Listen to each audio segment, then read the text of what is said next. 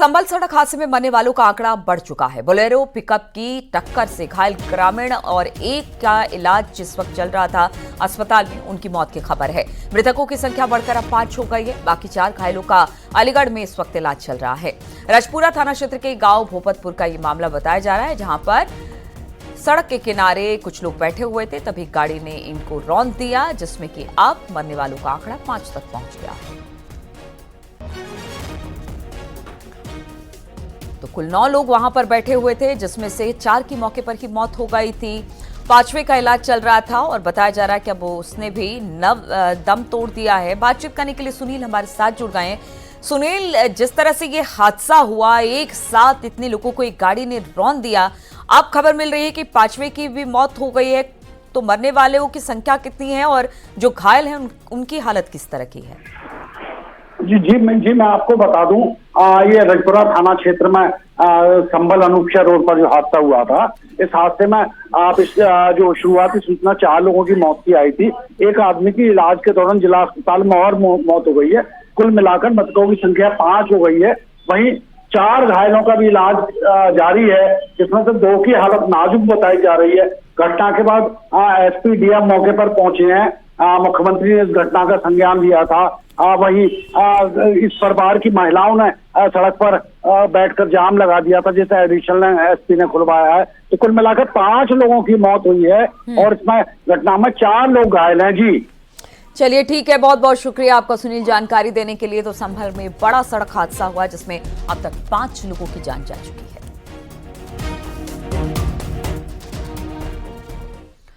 और भारी बारिश से लैंडस्लाइड के चलते सोनभद्र में पहाड़ का मलबा रेलवे ट्रैक पर आ गया, जिससे वहां पर चुर्क से चोपन की ओर जा रही मालगाड़ी का इंजन पटरी से उतर गया।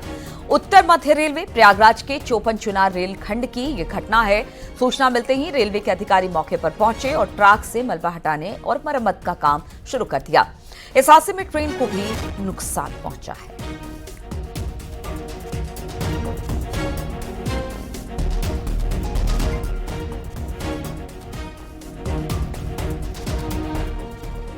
संगम नगरी प्रयागराज में गंगा और यमुना दोनों नदियां इस वक्त पूरे उफान पर हैं। एमपी, उत्तराखंड समेत देश के कई हिस्सों में लगातार बारिश हो रही है और बांधों से पानी भी छोड़ा जा रहा है।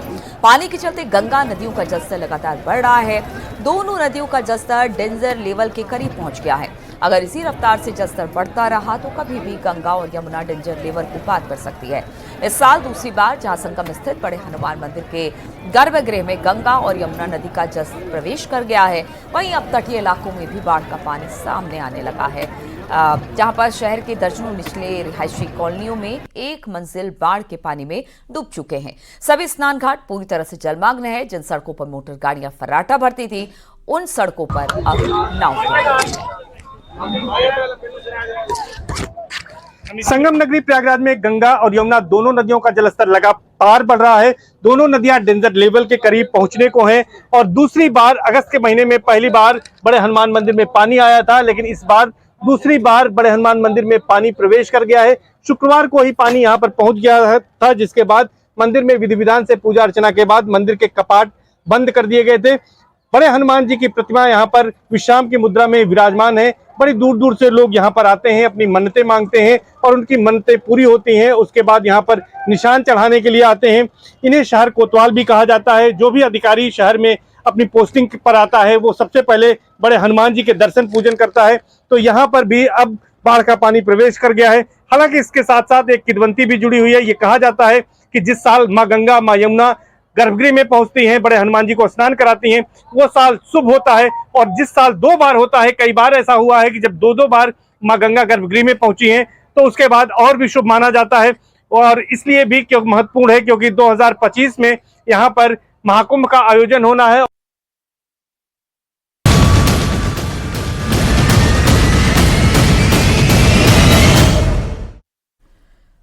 और अब बात बहराइच की करें तो यहां पर घर के छत पर सो रहे 13 साल के अरमान अली पर भेड़िए ने हमला कर दिया है। घायल अरमान अली को सामुदायिक स्वास्थ्य केंद्र में भर्ती करा दिया गया है। प्राथमिक इलाज के बाद मेडिकल कॉलेज बहराइच अब इस बच्चे को रेफर कर दिया गया है। वन विभाग के तमाम इंतजाम के बाद भी मेहसी इलाके में लगातार भेड़िए का हमला जारी है। कल सीएम के दौरे के बाद से ऑपरेशन और तेज कर दिया गया है। मेहसी और श्योपुर के 110 गांव में वन विभाग, पुलिस, पीएससी के जवान और जिले के कर्मचारी रोस्टर वाइज गश्त भी लगा रहे हैं, लेकिन भेड़िए का फिर भी कुछ अता पता नहीं चल पाया है और वो लगातार मौका पाते ही लोगों पर हमला कर रहा है।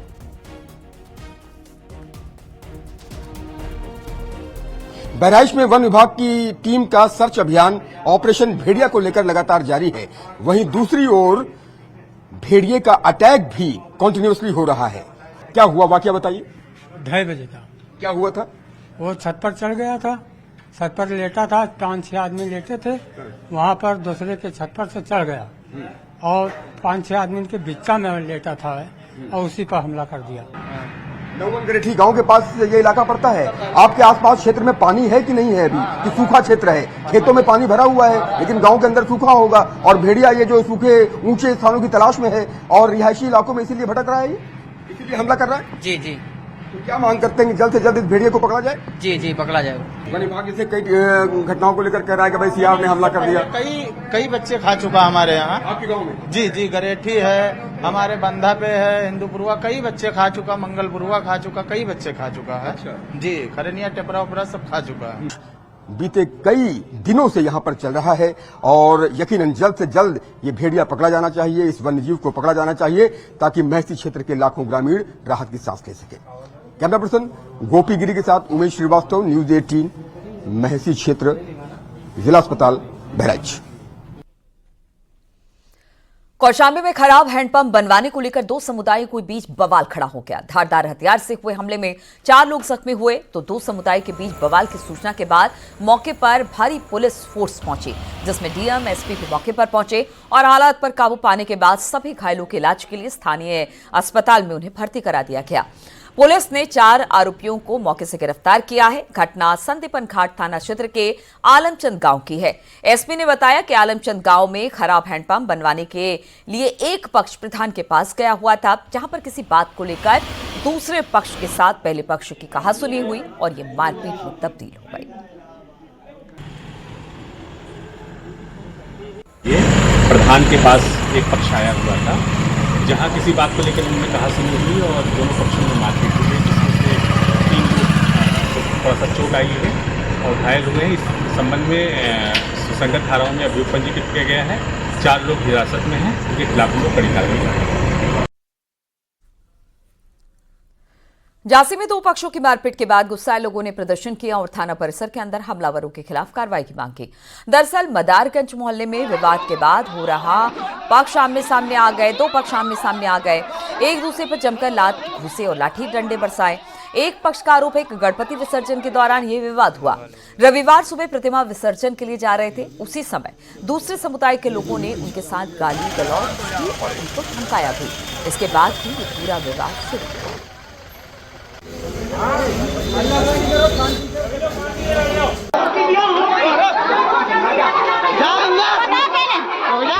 किसी बात को लेकर इनका विवाद हो गया, जिससे दोनों पक्षों में मारपीट हुई है और कुछ लोग इसमें घायल हैं, तो घायल का इलाज किया गया है और दूसरे पक्ष के 3 लोगों को हिरासत में लिया गया है और इसमें तहरीर प्राप्त करके अभियोग पंजीकृत किया जा रहा है। सोनभद्र में अंधविश्वास में रिश्तों का कत्ल हुआ। तंत्र मंत्र के शक में एक कलयुगी बेटे ने कुल्हाड़ी से हमला कर पिता को मौत के घाट उतार दिया। इस वारदात से आसपास सनसनी मच गई। सूचना पर पहुंची पुलिस ने शव को कब्जे में लेकर पोस्टमार्टम के लिए भेज दिया है। पुलिस आरोपी की तलाश में है। आरोपी का 28 साल का बेटा बीमार रहता है। आरोपी को शक था कि उसके पिता की वजह से ही ये सब कुछ हो रहा है। आरोपी ने पहले तो मां को पीटा। पिता के बीच में आने पर आरोपी ने उनकी हत्या कर दी। यह सनसनीखेज वारदात चोपन थाना क्षेत्र के कानूपान गांव की बताई जा रही है।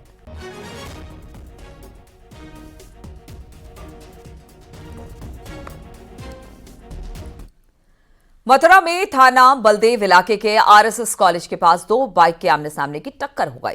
इस हादसे में 2 लोगों की मौके पर मौत हो गई, वहीं एक गंभीर रूप से घायल हो गया। हादसे की सूचना पर मौके पर पहुंची पुलिस ने जिला अस्पताल भर्ती कराया। पुलिस ने दोनों शवों को पोस्टमार्टम के लिए भेज दिया है और हादसे के कारणों की जांच शुरू कर दी गई है।